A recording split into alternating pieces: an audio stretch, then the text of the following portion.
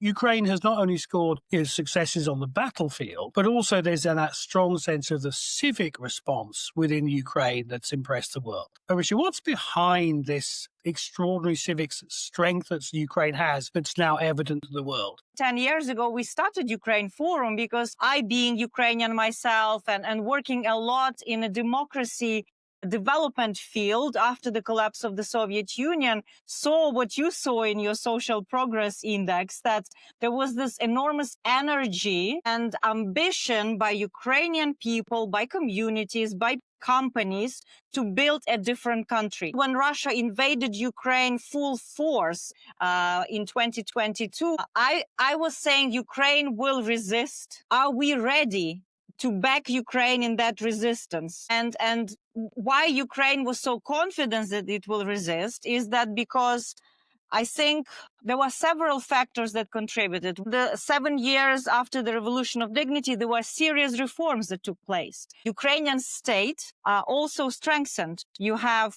digitalization of services that enables you in crisis mode to sustain governance. You had the army that started building after the annexation of Crimea. You had a lot of people who went through the combat experience in 2014-15.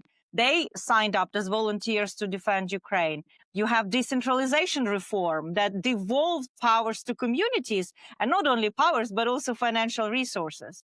And finally, something you asked me about is about civil society. I think given the post-totalitarian legacy of Ukraine, Ukrainians were always a bit mistrustful of a state.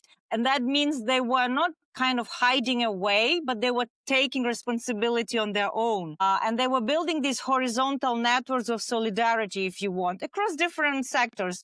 You would have school parents organizing for supporting well-being in the concrete school. You would have journalists organizing to combat censorship and disinformation.